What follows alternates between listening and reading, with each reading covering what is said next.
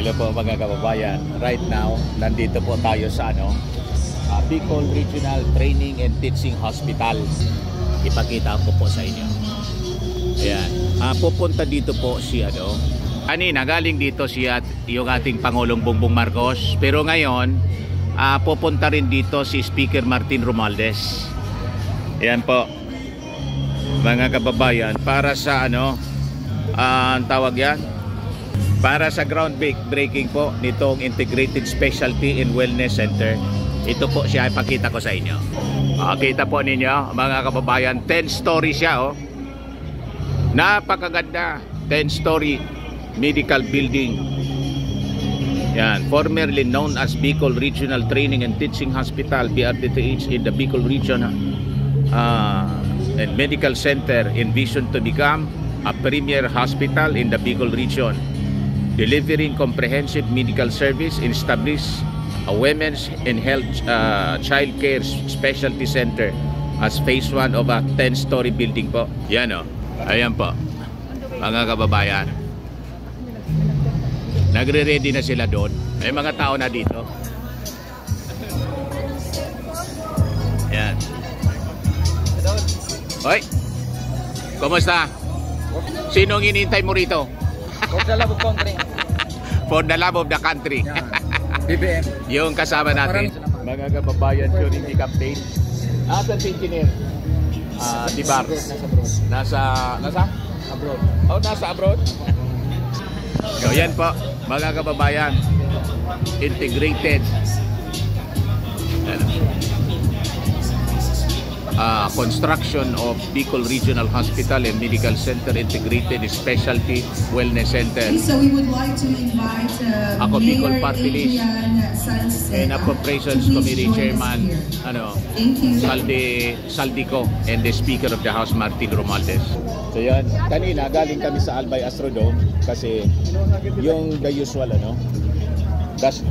na pamimigay po ng mga ayuda ng ating Pangulo sa mga farmers, fisher folks, and families na mga mahirap. Nandito din si Congressman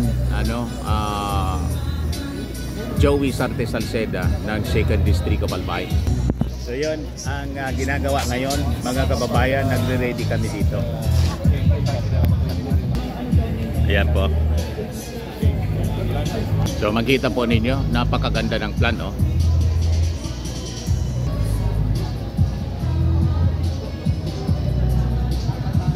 Yan po. Ito yung 20-story Integrated Specialty Care and Wellness Center. So magiging pinakang mataas na yata ito dito sa Albay na building, mga kababayan. 20-story. So government building siya. Kita ninyo kung paano ang ginagawang implementation ng mga projects ng ating Pangulong Bongbong Marcos. This is Bicol Region. Hindi ito yung lugar ng ating Pangulo. Pero tingnan ninyo, priority pa rin niya, mga kababayan. Di ba? Ayan So nakakatuwa ang ginagawa ng ating Pangulong Bongbong Marcos and the Speaker of the House and ako Bicol Party List Congressman Joey Sarte Salceda. Ako Bicol Party List Congressman Saldico, tapos si 2nd District Congressman Joey Sarte Salceda. So hintay-hintay natin, mga kababayan. Si Susan, kasama ko dati noon sa DCRC. Nasa Veritas na siya ngayon. Kumustahin mo yung ating mga kababayan sa buong mundo? Hello mga kababayan. Tingnan mo, magkamukha kami. Mas pangit lang ako, siya mas maganda. Yan, kumustahin mo mga kababayan natin sa buong mundo? Sa buong mundo? Oh, yan, YouTube channel. Atabayan niyo din po ang pwede. Sige, i-promote ka, hindi naman tayo magkakompetensya. Radyo ka ako, YouTube. Abangan niyo po kami, Radio Veritas Legazpi and Veritas TV. Mayroon din po kaming Facebook page. Yan. Hanapin lang ang Radio Veritas Legazpi. Yan. I-like and share niyo din po kami. Susan Bernal, ano nang ngayon apelyido mo? Balani. Susan Bernal Balani. Okay. Ang program ko po ay 7 to 7:30 newscast from Monday to Friday and 7:30 to 9 a.m. So nagsimula siya mga kababayan doon sa dati naming istasyon ng radyo, DCRC.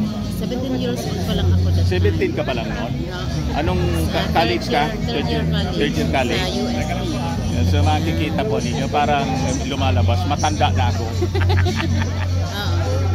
May radio program tayo, public service program, yung may mga noon. Ako muna yung anong tawag doon?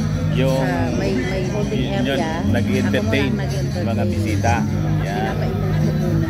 Bago sasalang sa'yo. Ini-interview niya muna, tapos kung ano yung pangailangan, isasalang sa program. Parang yung programa ni Tulfo, ni Idol, Senator Rafi Tulfo. Mayroon ako niya noon. Wala pa si Rafi noon. Kami na dito. Kasi close to 40 years na po ako sa mainstream. Maraming salamat, Susan. Ayan po, mga kababayan, standby kami rito. Dumating na yata po. Yan. Ito na yan, mga kababayan. Yung speaker. Bicol Regional Hospital and Medical Center. Marahay na hapon, BRHMC, and welcome to the groundbreaking ceremony. Ayan, si speaker of the pa. 20-story integrated specialty care and Si wellness speaker, center. Martin. Si speaker, Martin po, So now, mga ladies and kababayan. gentlemen, we would like to acknowledge the arrival of our distinguished guest, the House Speaker of the 19th Congress, Yan po, Speaker Ferdinand Martin G. Romualdez. Yan po yung ating puting speaker of the house, mga kababayan. Of course, we would like to acknowledge Senior Deputy Speaker Don Gonzalo. Yan. Congressman Joboy Tinitingnan niya, mga Aquino. kababayan. And of course, our dear Congressman Zaldico. Together with DOH Regional Director Rodolfo Antonio Inspection po. Albornoz, Medical Chief Dr. Yung Eric interior, Rivera, perspective. and Dr. Alma Bella Gonzaga Rivera. Hi, Congressman. Hoy, kamusta kayo? Kamusta kayo? Kumusta po kayo? Welcome sa Bicol po. Lagi ka naming nakikita po sa interview. Maraming salamat. Opo. Salamat. Talagang nakakabighani yung mga proyekto ng ating Pangulo dito. Opo. Siya po si Congressman Suarez, ang Young Guns, the Young Guns. Ay, our very own Congressman. Hello. Ayan, Pumuti siya, Didi pumuti. Cabredo. Pumuti. Pumuti si Congressman. Ay, galing Switzerland pala to, si Congressman. Kumusta doon sa Switzerland, Congressman? Oy, Didi. Kumusta naman doon sa Switzerland? Ano? Kumusta sa Switzerland? Pwede? Magayon? Ang Englishin natin. House Switzerland. Ito yung todo baling Congressman natin. Ayos. Di ba? Ayos. The beginning of a transformative project that will greatly enhance the healthcare services available to our community. We are joined by esteemed leaders and professionals who have been instrumental in making this project a reality. So, siya ang magiging pinakang taas ng building dito.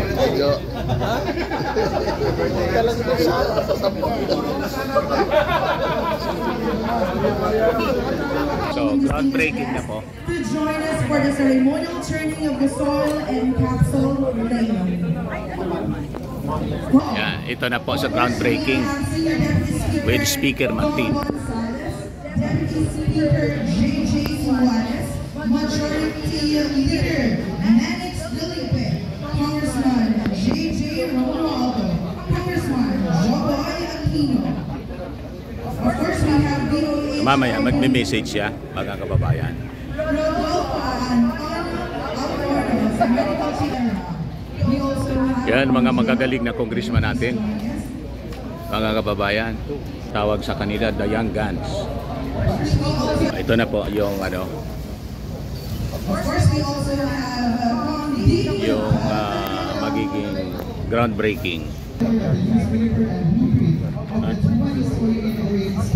Malapit tayo. Ayan po.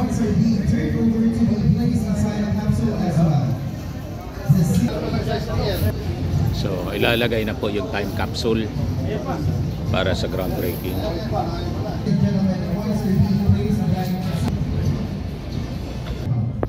Ayan po.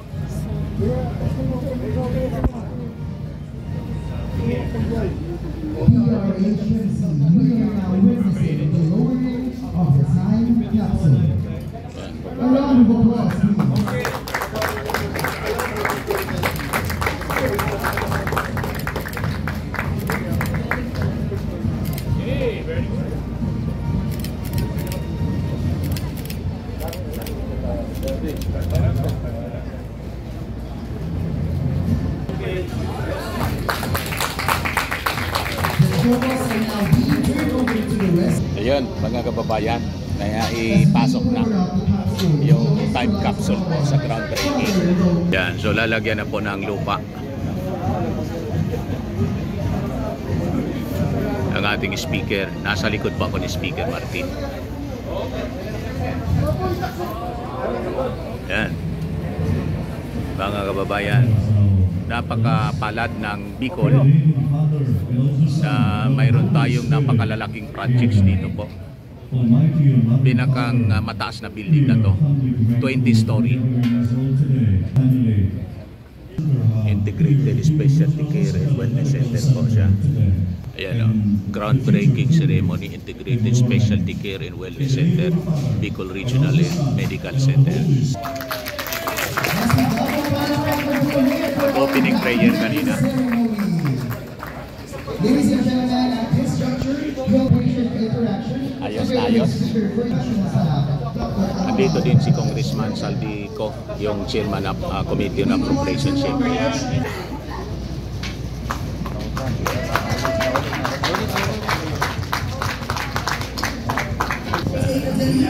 So, papunta na siya doon, mga kababayan, para magbigay ng mensahe yung ating speaker.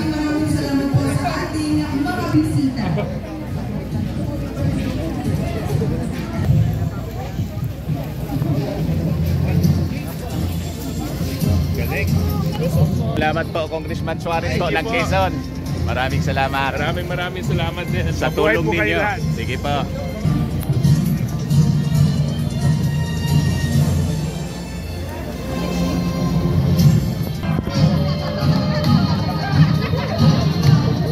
Si Congressman Pugalon po. Ako Bicol. Hello. Yan. Hoy, hindi. Tapos si Congressman din sa Congress.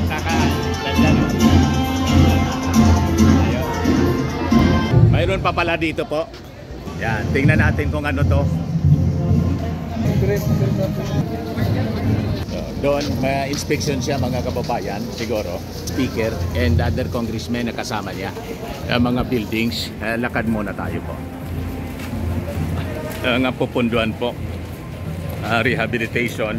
Yung iba talagang actual construction ng mga bagong buildings.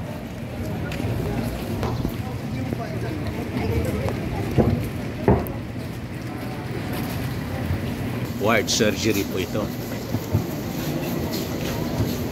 So, pasok tayo dito po.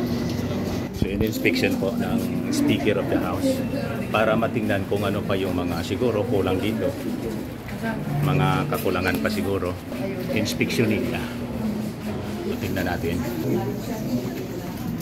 Yan, si Congressman Saldico po, mga kababayan.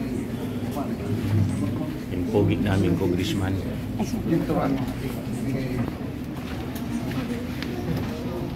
May binibisita siya. Binibisita pala niya yung mga pasyente po. Tinitingnan ni Speaker. Uy, si Congressman Saldico po, mga kababayan. Maraming salamat, Congressman. Napakalaking tulong ito.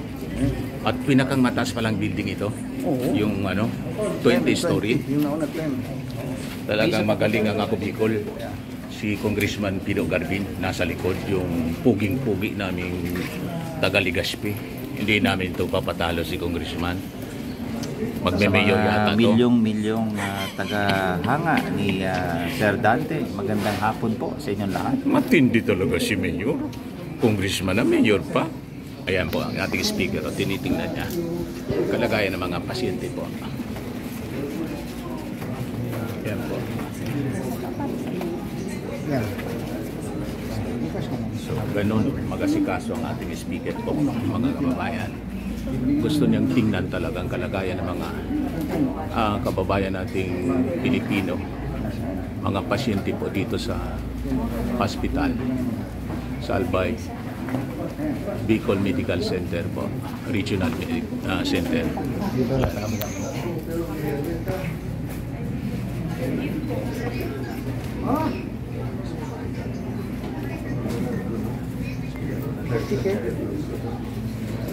Yan, ay bibigyan pala ng bigas. Sinistirize ang bansag sa kanya kasi mistirize. Yan tawag sa kanya. Yan. Yan. Binibigyan ng bigas, mga kababayan, yung mga pasyente.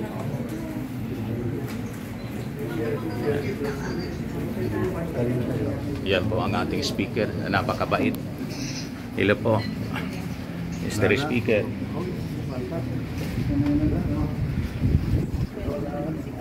Yan.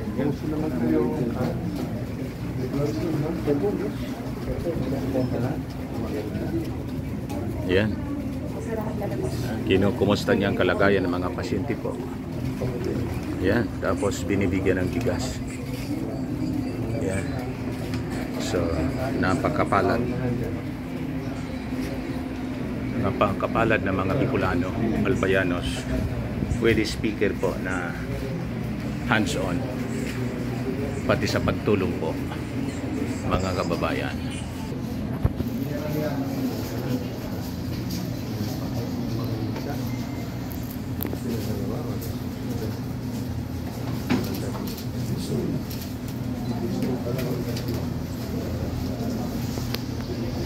Magaling kayo, ha?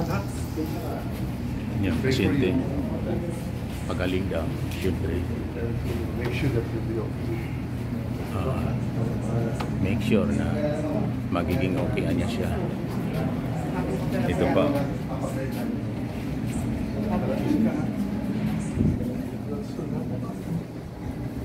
Take care, ha? Hinga ka muna ng konti.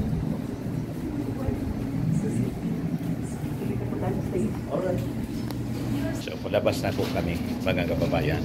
Palabas na po kami with Speaker Martin Romualdez. So, laking tuwa nila, mga kababayan, na nabisita ng ating speaker yung kanilang kalagayan po. So, balik na doon, siguro magme-message siya siyempre, mga kababayan.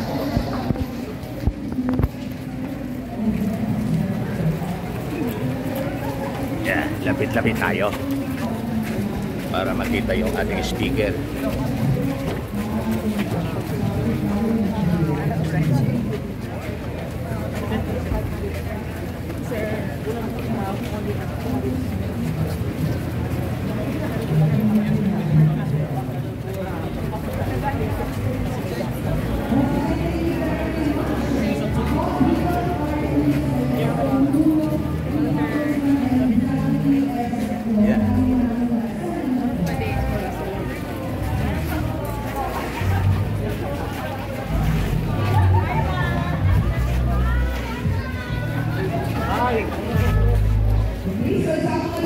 Dito tayo sa kabila, mga kababayan.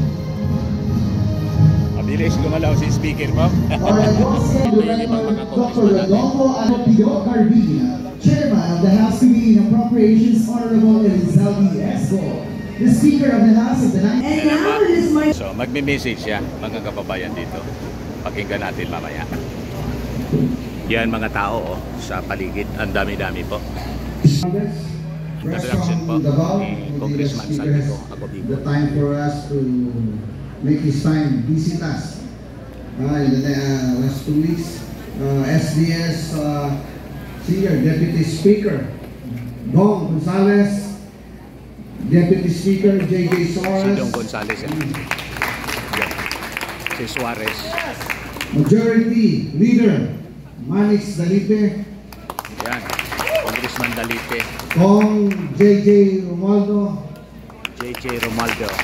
Mga sikat na congressman. Congressman Ramon Gutierrez, Yan. Congressman Joboy Aquino, Congressman Didi Cabredo, Congressman Jill Bungalon, Congressman Joey Salceda, represented by his nephew, Mayor Salceda, Adrian, DOH Regional Director Rodolfo Abornos, Aleco, Acting General Manager Wilfredo Buxit. Okay, I hope kanina we said during the visit of the President, Romualdez ng worth 300 billion para ma-improve ang kuryente, para wala ng brownout ang second district ng Legazpi. So GM, make sure ganun hindi ang palakpak kanina ni Pangulo ng mga bisita ng Pangulo. So again, very thankful po kami sa inyo, Speaker. Without you, siguro pinutulan na kami ng kuryente ng National Grid and so hopefully with the new substation and line enhancement, magiging maigi na po. Ay maraming salamat, Speaker. Ako Bicol Executive Director, Attorney Alfredo Garbin. Alma Belia Rivera, Chief Medical Professional. Mary Natalie Cadag, Financial Management Officer. Marlene Daguno, Chief Nurse. Orlando Magas IV, Chief Administrator Officer. Department heads, medical and non-medical personnel, Bicol Regional Hospital and Medical Center. Pong pasyente, sa lahat pong clients ng Bicol Regional Medical Center, eto na po ang pangarap nyo. Ang pangarap natin lahat ng Bicolano.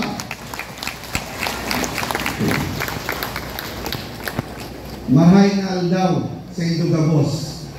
I'm happy to be part of this historic occasion.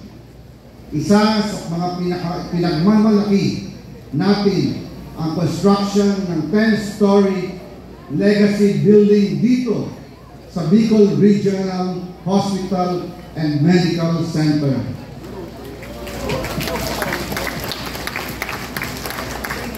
Ang gusaling ito ay kabilang sa legacy specialty hospitals na ipinapatayo ni Pangulo Ferdinand R. Marcos Jr. at Speaker Ferdinand Martin Romualdez sa iba't ibang panig ng bansa. This is not just a building, it is a landmark for our region and our country. Ito ay magiging level 3 hospital na may heart center, lung center, cancer center, at iba pang pasilidad para sa special medical needs ng ating mga kababayan. With this project, Bicolanos don't have to travel to Manila for specialized medical treatment. We are committed to enhancing our healthcare services. Thus, we are building a 433-bed capacity hospital with state-of-the-art facilities and modern equipment like MRI, CT scan, and diagnostic laboratories and cancer center. Ang makabagong pasilidad ay magbibigay daan sa mas tumpak na medical diagnosis at treatment dito mismo sa ating rehiyon. Ang Legacy Hospital Project ay isa lamang sa 3 legacy projects ng ating Pangulo. Kasama dito ang legacy food security upang tiyakin ang self-sufficiency sa pagkain, sa housing, upang bigyan ng disente at ligtas na tahanan ang mga Pilipino. Bukod sa mga naturang proyekto, isa sa ating top priorities ang pagbubuti ng power supply sa ating lalawigan, katulad ng sinabi ko po kanina. Dahil dito, inaasahan magiging stable ang kuryente sa Albay at mababawasan na ang madalas na brownout. Maraming salamat po, Mr. Speaker. Bukod sa kalusugan at kuryente, tinututukan din natin ang pagtatayo ng MICES para sa sports, educational events, at super health centers upang magkaroon ng sapat na serbisyo pangkalusugan ang lahat. Nag-donate din tayo ng isang hektaryang lupa para sa konstruksyon ng Heaven Legacy, isang ligtas na lugar para sa mga inabandonang lolo at lola at mga inabusong kababaihan at kabataan. Balak din natin maglagay ng evacuation centers sa bawat sulok ng Albay na magsisilbing pansamantalang silungan sa panahon ng kalamidad. Alam naman natin na ang Bicol Region ay daanan ng malalakas na bagyo at madalas din mag-alboruto ang Bulkang Mayon. Dahil dito, mahalaga para sa ating mga Bicolano ang evacuation centers. Magkakaroon din tayo ng multipurpose centers para sa pansamantalang tirahan sakaling may masirang bahay. Lahat ng social services tulad ng MAIT, AKAP, AIX at iba pang ayuda ay ipapamahagi din natin sa buong Bicol Region at of course sa buong Pilipinas. Ito na pong taon na to ang unprecedented, most historical ayuda sa buong budget ng buong Pilipinas. Almost 600 billion or half a trillion pesos ang inalaan ng ating gobyerno, ng ating Pangulo, ng aming Speaker Martin Romualdez ng Kongreso, na unang-una, yan po ang pang-counter sa anti-inflation, sa pagtaas ng mga bilihin. Ito po ang gobyerno na naglagay ng pondo na almost 500% po ang increase ng pondo para po maalalayan tayo sa superinflation. Nakatuon din tayo sa pagbili ng rescue vehicles, street lights para maliwanag mga dadaanan. Ang mga proyektong nabanggit ay ilan lamang sa mga natanggap ng ating biyaya mula sa Marcos administration. At ito'y din naging posible dahil sa walang sawang tulong at suporta ng ating panauhing pangdangal. Kaya, samahan niyo po ako sa lubungin ng mainit at masigabong palakpakan ang aking boss, ang aming boss, ang ama ng House of Representatives, Speaker Ferdinand Martin Romualdez.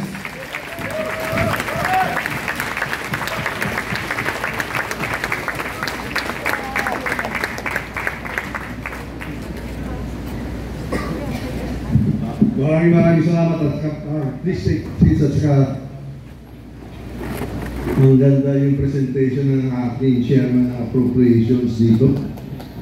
Yung speech mo parang State of the Nation address, kompleto na naman. At sa totoo lang po, masaya ang mga Bicolano kaya yung chairman ng appropriations is no other than Ako Bicol Congressman Zaldico. Ano mo, hindi lang yan dati, pagbato, businessman, lahat, pero may puso siya. Kaya dito sa mga isinagawa nila natin na itong budget, nakita niya, pinakinggan niya yung unang song ng ating presidente. Ito mga special, ito mga lahat ng mga legacy projects, yan ay tututukan natin. Kagaya itong mga legacy of the specialty hospitals na ikakala niya sa buong bansa, buong parehan, specialty housing, specialty food, legacy projects, dito sa pagtataas ng presyo ng mga bigas, tututukan natin. So, thank you very much for the introduction. I'd like to also acknowledge here at the table the aking inanak, the other second nominee, Ako Bicol Party List, Honorable Jill Bongalon. The very, very representative, the Mayor Salceda, the nephew of Chairman Joey Salceda, the Chairman of the Ways and Means. We have also Engineer Virgilio Duarte, the DPWH Regional Director. Of course, we have Dr. Rodolfo M. Albornoz, the OIC Director, Region 4, and Dr. Alma Bella G. Rivera, our Chief of the Medical Professional Staff, who has done so much in today's affair, giving us a very, very extensive tour. Our good friend, former Congressman, upcoming Mayor, my good friend Pido Garbin, our Chief Nurse, Ms. Marilyn Laguno, Ms. Mary Natalie Kadal, our Chief Administrative Officer, Finance Division. So, pasensya lang, medyo atrasado kami kasi galing kami sa Davao del Norte, Davao City. Ninakatag natin ang 18th edition ng Bawang Pilipinas Education Fair. Isa pa rin yung magandang initiative ng ating mga presidente kung saan binababa natin lahat ng mga programa, proyekto ng lahat ng departamento at ahensya ng gobyerno doon sa City of Taguig, Davao del Norte. And I have here, kahit mga kumbaga sa basketball, mga teammates ko, mga MVPs lahat yan. Kaya sila pong leadership. We have here our majority floor leader, Manny Felipe, Senior Deputy Speaker Kong Aurelio Gonzalez, Deputy Speaker David Suarez, Kong Lino Cabrero, Kong Abby Dos Santos, Kong Raj, isang Raj Gutierrez. Siya isang sikat na young guns na nakikita parati niya sa TV at sa radyo. Of course, yung talagang mga mahala niya sa CA, parang overall na siya sa CA sa coordinator natin. So, nakawit yung comments are nakikita ko sa J.J. Ronaldo, yung pare ko si Joe Aquino from Butuan City, the representative of Butuan City, and our other able leaders here in front of us. It gives me great pleasure kung ano kung aking karangalan na ibitara ko ngayong araw na ito. At siguro naman yung Bicol has always been a very, very proud region. At itong groundbreak natin, nag-recap soon, the groundbreaking of the 20-story legacy Bicol Regional Hospital and Medical Center. Sa totoo lang, medyo nagulat ako. At kami po, sa kotse, pagkakakit dito tayo sa driveway, nakita natin yung mga perspectives. Nagulat po kami. Sabi, wow, talo na ang Manila. Parang nasa Singapore tayo. Parang nasa Amerika tayo. Sigurado pag natapos ito, kayo po dito sa Bicol, you will be the model. Kayo maging gold standard dito sa ating mga medical health centers. And itong testament ng ating vision ng ating Presidente, President Ferdinand R. Marcos Jr., a legacy of his father and his mother, President Ferdinand E. Marcos Sr. and First Lady Imelda R. Marcos. Kaya talagang nasa puso na nagawa ito mga specialty hospitals. Siguro hanggang ngayon, nakikita po natin yung Philippine Heart Center, the Kidney Center, the Lung Center. Sa totoo pa, meron pang Children's Hospital, lahat-lahat kompleto. At ako po itong karanasan ko mismo Yung specialty hospitals na yun, na legacy ng ating maong presidente, yung tatay at nanay niya, ni BBBM, nung nakarang COVID, yun talaga ang angkas sa karamihan natin kasama mga kapatid Pilipino, lalo sa NCR. Ako mismo, doon ako parating nagtitest sa Philippine Children's Medical Center. Pero nung na-COVID ako, doon ako na-test sa National Kidney and Transplant Institute. Siguro kung wala yung mga itong mga hospital, specialty hospital, baka iski ko, wala na rin ako. Pero dahil itong mga specialty hospitals na yung vision ng ating ng President Marcos at yung First Lady, talaga siguro I believe that it's one of the reasons why nakatulong din yan sa mananalo ng ating mga presidente kasi maganda ang linatag ng plano dati. At ito ngayon ginagawa natin ngayon, this is the continuation of that proud legacy. 100% sure ako na kayo po, nagtatrabaho dito, yung iba sa mga maging nurse or doctor, kayo po, the medical professionals here, 100% sure ako, pag natapos ko, this will bring the pride and joy of Bicol. Because, diba sinasabi nila, health is wealth? Ano ba yung kayamanan o yung sikatan natin kung wala tayong kalusugan? Kaya, I'm very, very happy and very, very joyous. Nung sinabi ni Chairman Sally, if I can come and help, represent our president in this capsule groundbreaking and laying, I said, without a second thought, I said, I'll be there. Pasensya na late na. Pero, kasama ko na sa Davao sinabi niya, napakatapos na ako, diretso na ako sa Bicol, sa Legazpi. Gusto ko yung sumama. And that's it.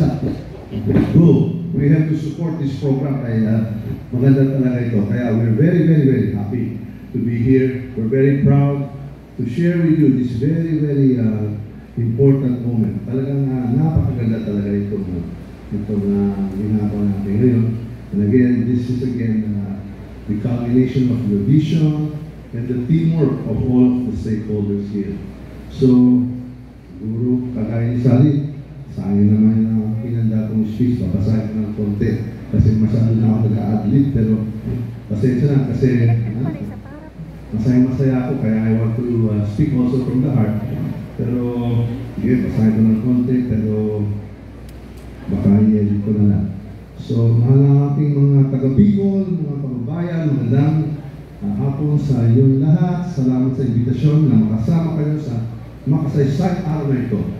Maraming karangalan na maging bahagi ng groundbreaking at capsulating ng 20-story legacy building dito sa inyong Bicol Regional Hospital and Medical Center. Isa lamang ito sa napakaraming regional specialty hospitals na ipinatap sa iba't ibang bahagi ng bansa bilang bahagi ng legacy projects ni Pangulong Ferdinand R. Marcos Jr. Tama po, sa iba't ibang lugar. Nakarang linggo lang, nakarang buwan, in-inaugurate natin doon malapit sa Philippine Heart Center at doon sa Philippine Children's Center, yung bagong Philippine Cancer Center. Kaya matagal natin, yan ang panaginip natin, yung mga nakarang kongreso, yun din ang talagang consensus ng mga congressman. Kaya natagaling natin yan. At nag-umpisa na rin na isa pang napakaganda ng dadalhan dyan sa Heart Center, Kidney Center, Lung Center. Meron tayong isang Philippine Cancer Center. At hindi lang yan na hospital. Gawin niya parang training and research para lahat ng gusto mag-specialize, doon po ang magiging sentro. So lahat po ng funding resources ay nakalatag din. At kung nakita mo na rin, yung architecture design, iconic din ang design ng itong Philippine Cancer Center. it will be a source of pride and joy for all of you to go to these centers, and it will also increase the morale. Para pagdating mo, siyempre masama ng pakiramdam mo, pero siguro pag nakita mo, papasok na ito sa mga building na maliwalas at staffed by the best and the brightest Philippine doctors and nurses, siguro gagaling ka na at least yung moral mo atas. At pagkumpari yan, kagaya ginagawa dito, meron na hindi lang yung parang health center or for the hospital facility, pero gagawin din natin doon sa katabi lang na isang housing or parang yung stay para sa ating mga pamilya nag-aalalay sa ating mga kapamilya na may sakit. Kaya napakaganda itong mga proyekto kasi hindi lang isa yung kumbaga total approach sa ating mga hinaharap na concerns and challenge dito sa ating mga mahal na buhay natin. So, I'm very, very happy na hindi lang dito sa Bicol, pero sa iba't ibang parte ng Pilipinas. Nung last year, nag-grounding din tayo sa Clark. Alam niyo ni Congressman Don Gonzales, doon sa San Fernando, Pampanga, din sa Clark, dati Clark Air Base, doon din, gagawin din mga specialty hospitals. Kaya ito talaga, ikakaalat talaga sa buong Pilipinas. Ako na lang makikita na baka meron din specialty hospital na ibababa din dyan sa Tacloban sa aking lugar. Pero I'm very hopeful that all of us in the Philippines will be enjoying. But again, itong talagang sasabihin ko sa iyo. Maswerte. Swerte talaga ako. Dito talaga nag-uumpisa na napakagandang specialty center dito sa Bicol Hospital na Regional Center for siguro, bumibigay yata ng mic sa akin siguro. Sobrang mahaba na yung speech. So, nakakuha kami ng hit. Salamat. Baka pinapatay mo na yata yung microphone kasi masyadong mahaba. Na-excite talaga ako kasi sa totoo lang, kanina pa ito nagtatrabaho kasama ko eh. Mukhang kanina siguro, pakot kami lahat. Pero kung nakita natin ito hindi dahil lang sa napakagandang mga assurance ang nag-receive sa kanila, ito lukulugot ng mga congressman talaga sa, wow, ang ganda. Pero siyempre, napakaganda talaga ang itong medical center at itong specialty hospital. Talagang nabuhay talaga tayo. At nakita natin yung presentation na ito, sino ba hindi ma-inspire? Tingnan mo yan. Hindi kayo magiging proud. Biro mo, doon kayo training. At dito ka mag-practice. So, yung mga pasyente, yung pinag-bigo, hindi kailangan maglakbay pa dyan. So, dito, malapit lang sa inyong pamilya. Pwede kayo mag-training dyan at babalik kayo dito sa napakagandang facility. Basta, mahaba yung speech, paikita na lang, basta ito na lang ang kumikita ko sa iyo, hindi po kami titigil sa Kongreso sa paglalaan ng pondo at awat ng mga batas na naitulong natin ang ating mga medical professionals and to all the patients na nangailangan ng ating initiative dito sa health sector. Gamit natin ito para matupad ang pangarap ng ating mahal na Pangulong Ferdinand R. Marcos Jr. ang mabigyan ng masagalang bukas at bawat pamilyang Pilipino sa isang ligtas at payapang bansa. Maraming salamat sa karangalan na binigyan mo sa akin na to be part and to be witness to this very, very important occasion. Mabuhay ang Bicol, mabuhay po kayo lahat, mabuhay ang sakayanan ng Pilipino. Diyos mabalos. Kasama din po ang ating Senior Deputy Speaker Don Gonzales, Deputy Speaker J.J. Suardo, Congressman Joel Aquino, Congressman Zaldi Po, DOH Regional Director Antonio Albornoz, Medical Center Chief Dr. Eric Raymond Laboral, the Chief of the Medical Professional Staff, Dr. Almabella Rivera, Congressman Georgie, Congressman Dini Cabral, Congressman Alfredo Garbina, Congressman Alfred Api de los Santos, and Mayor Adrian Salcedo. Once again, ladies and gentlemen, this is the groundbreaking ceremony of the Integrated Specialty Care and Wellness Center Hub. Isang palakpakan po yun. May announcement pa yata? Yes, nakalimutan namin sabihin. Yung para sa mga medical workers ng COVID na hindi pa na-release, hopefully po, ma-release na po this time, nakapasok po yun almost 30 billion na tayo na amount para sa mga nagtrabaho, mga COVID, mga unpaid pa. So, ma-release na po. Yun lang. Barato na lang ha. So congratulations, remember us in paradise. Pero hindi, much deserved talaga yan. So at least nakabawi na tayo.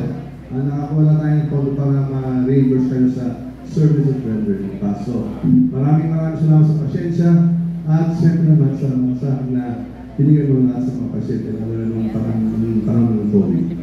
Salamat sa akin. Thank you very much. Finally, roll calls. I invite our distinguished guests to come forward for the group photo. Ako po si Dante Maravillas, baba.